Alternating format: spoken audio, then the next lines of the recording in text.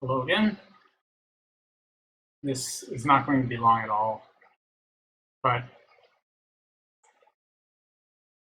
today well, I should say yesterday,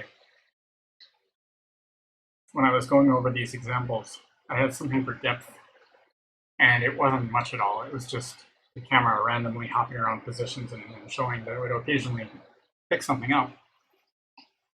I've got something a little better today, so I'm going to quickly go over that and have it available to be seen. So basically, I have, well, no, here it wasn't very pronounced in the other case that the fragment part of the shader was actually working, so I just modified the time a little bit, and now it seems all right.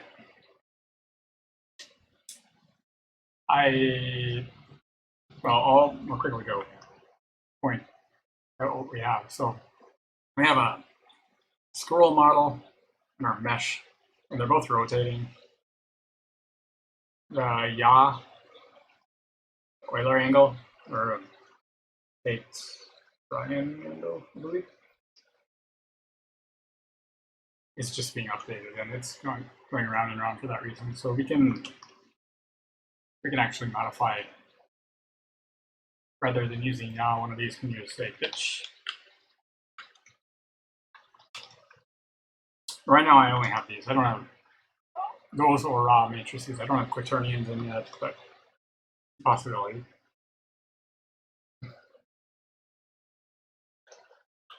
So that's probably not the one we wanted to look at, but let's try roll instead.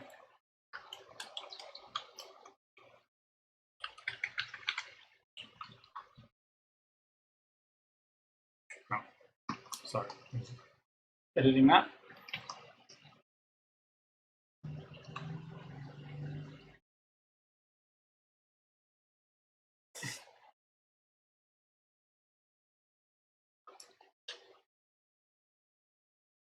Still a little weird.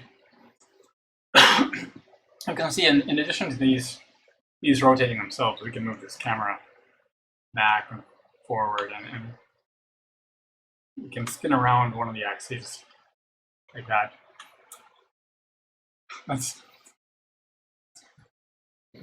It's not as friendly as I would like it, but it was something done really quickly. And what these are doing is simply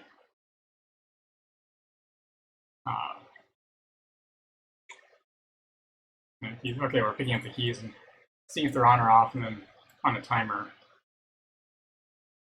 just updating the angle of the camera, and then placing the eye according to that, looking at the center and the length that we pull away or go forward. So it's a very simple camera. There's a better one I have in one of my plugins for quaternions,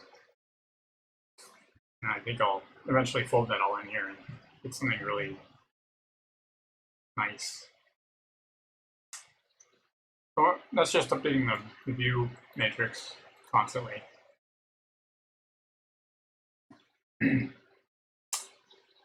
Apart from that, the mesh we saw before, but there's that squirrel model, and there's also something somebody else, Uni or Sue, depending on the venue, sent, was Crumple developable. And this thing is actually, it's got some nice properties, but they're not being shown to effect here because the OBJ file model does not put everything, it assigns indices to vertices and texture coordinates, but not the same ones. So just get this. There's a little bit where it's showing sort of a gridish. You see it every now and then. Yeah, there on the left side. But otherwise, the texture's not showing up because it's something's off in how they're all being assigned. I was going through them. The squirrel looks a little better because, from what I can tell, they're all just redundant. The duplicates, the extra texture coordinates are all just duplicates. So I just chose the first one I found and then remapped them. That's why it lags a little when we load, but it looks okay. I mean, it looks okay for my ugly butchered model that I took from an Eichenhaus cheeseburger texture and threw it onto some hastily constructed web tool generated squirrel. So there's that. I don't think I did anything particularly interesting in the code. I changed one of the policies because so that we're not triggering some render states. We're triggering them immediately rather than waiting on them as I was doing before. So I think the timing will probably be a little better, but I don't think that's reflected too much in what we see here. And the other point I want to make is there's a pointless display around the direct here. And that is, see, we do it here. So the only real point in that is to show that this is in the display hierarchy. So everything we're doing, we have this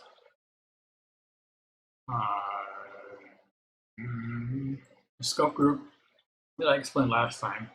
We're putting the state changes into it. And that's followed up by adding our meshes, which are also in the scope group. So those state changes will still be in effect. And ditto the second mesh. And then once that scope group ends, the messages go through and we suddenly the depth state is all off again. So it's back to 2D. And then the rect draws afterward. And so it's going to be above that 3D stuff. So for instance, if you had a HUD there, it just works based on what I've tried so far. And so I don't know what the prognosis is at the moment about where, say, this would end up in when I might do a pull request, because there's still some things that need fixing. But apart from that, I might try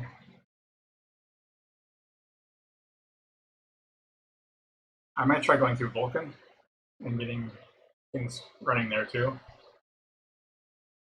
And in doing that, I see if anything came up where a lot of this open source plugin support kind of thing that I've been doing, whether it would all fit, because it's all done around GL or GLES. So that would be a way to hammer out any incongruities between the two APIs. So there's a fork that anyone can clone from my repository. I don't know if I dare post the link because it's got a word that's not popular right now,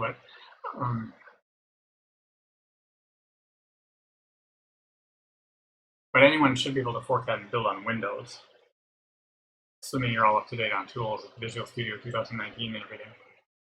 I have not yet tried it on Xcode, but it's definitely on the short list of things I want to do, and then hoping to move on from there to the Android, iOS, HTML5, etc.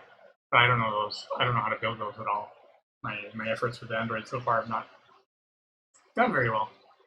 But it's there. I'm not going to abandon it. I hope to make it available as soon as I can. But I might go Volca first. Anyhow, that was just a brief foray into this updated sample. So I will leave it there. I hope everyone had a good day and have a good night.